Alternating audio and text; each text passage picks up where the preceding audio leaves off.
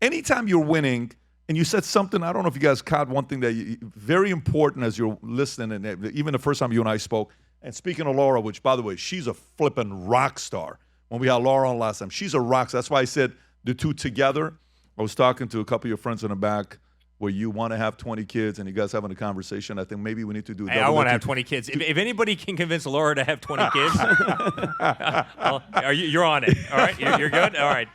Hey, so here's the question I got for you. You said something. You said, our family, we're a little bit superstitious. We didn't want to do anything. We just had guys that are drinking this, and that, where we're like, let's see what's going to happen. Are we going to win? We're not going to win. We're not supposed to win. That morning, the chance of Hillary Clinton winning was 90%.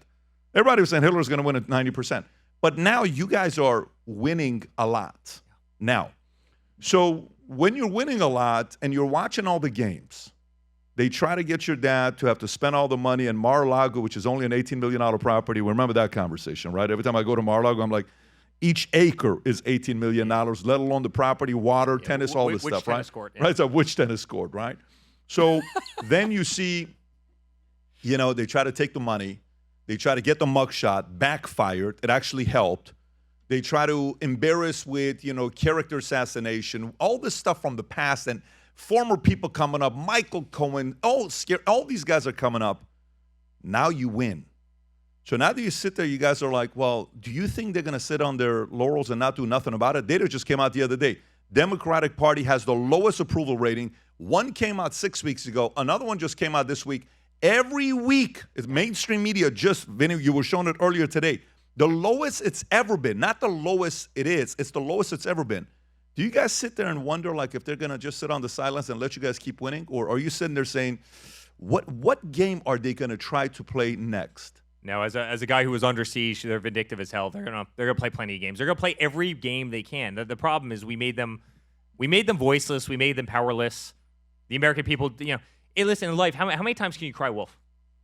Right? How many times can you cry wolf before everybody catches on? The reality is all Americans catch on. So now they try and throw nonsense against the wall. I'd use a different word, but they try and throw it against the wall, and it's not sticking.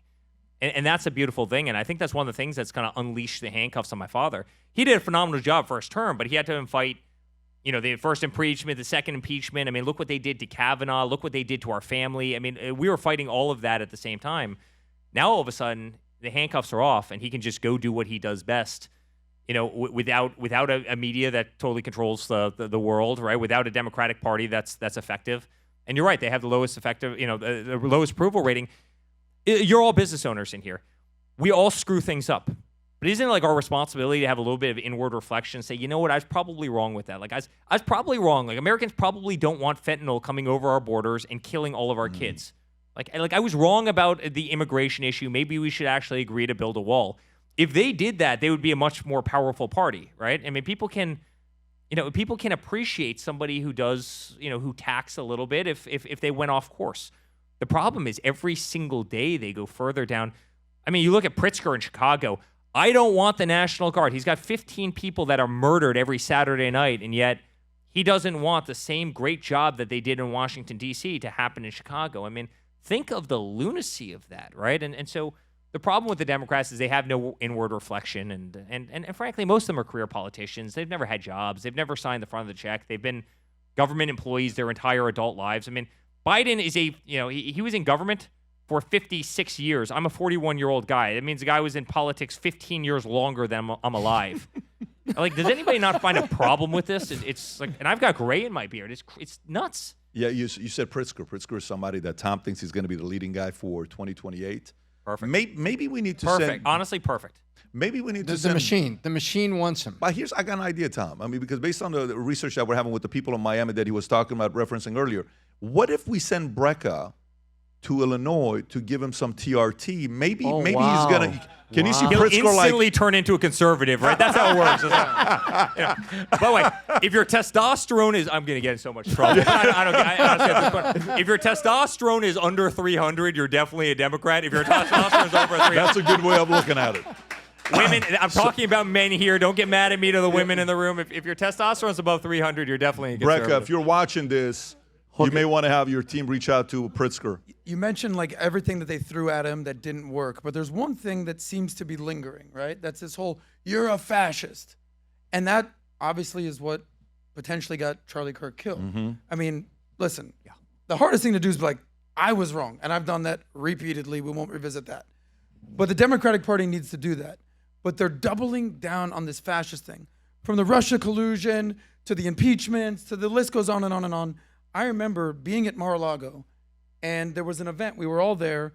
And there was the same time that there was the Madison Square Garden thing. It's a Nazi rally and Adolf Hitler speaking.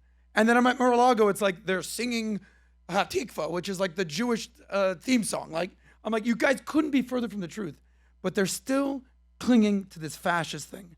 How do we get that out of the narrative? Because he's the least fascist person ever, because they agree in free speech. They agree with debate. I mean, identity politics is like their only game, guys. I mean, like it's like the only thing they know how to play. I mean, my father flew 7 B-2 bombers to the other side of Earth, blew the hell out of Iran in defense of Israel, and yet they'll still call you anti-Semitic. I mean, it's crazy. I've got an Orthodox Jew sister, right? And she's one of my best friends in the world. Her husband married me. All my, so many of my best friends are Jewish, and yet I'm anti-Semitic according to them. Like, it's insane. We're a family that's probably done more to defend Israel and faith and Jewish faith in this country than anybody. Yet my father is, I mean, they did this with the African American vote, right? And the African American community will never vote for this racist. It's really, isn't that interesting?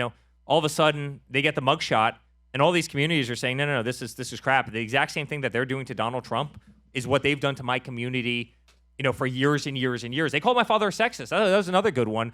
My father's the only person who's ever had a female campaign manager, and we won both times. So we had Kellyanne Conway, his campaign. So the greatest sexist in the world, Donald Trump, according to these people, right, had Kellyanne Conway run his first campaign.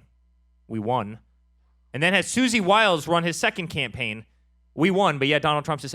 I mean, the problem, guys, is these guys only know identity politics, and it didn't work. I mean, look at Miami-Dade. I don't want to bring up the statistic, but we won Miami-Dade by 11 points, right? We won Hispanics. We won every demographic of people who tacked massively because they're not putting up with the crap anymore. They don't believe it. They don't buy it.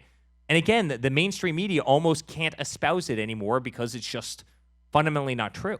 Mm-hmm. And part of the reason you won Miami-Dade is because he used to have this former Democrat that lives there, and now he's very MAGA, and he's just screaming from the rooftops that Trump's the guy. And he's sitting next to you right now, bro. So thank you for the shout out, Miami-Dade.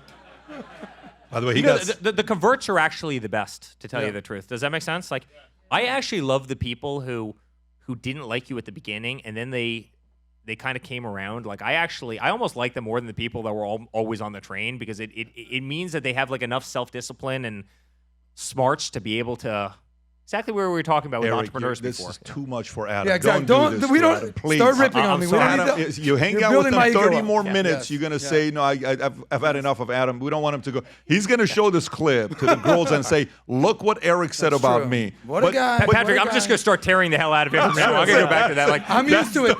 Trump's Thick our skin, Eric. Thick skin. Trumps are far better than tearing you down than building you up. So I'm going to start doing that again. Build that wall, though. So we're looking at this book right now. If you're watching this and you're loving the podcast, this will be at the end of every single one of the clips. We would like to see if we can do something. Okay, collect. Thank you so much.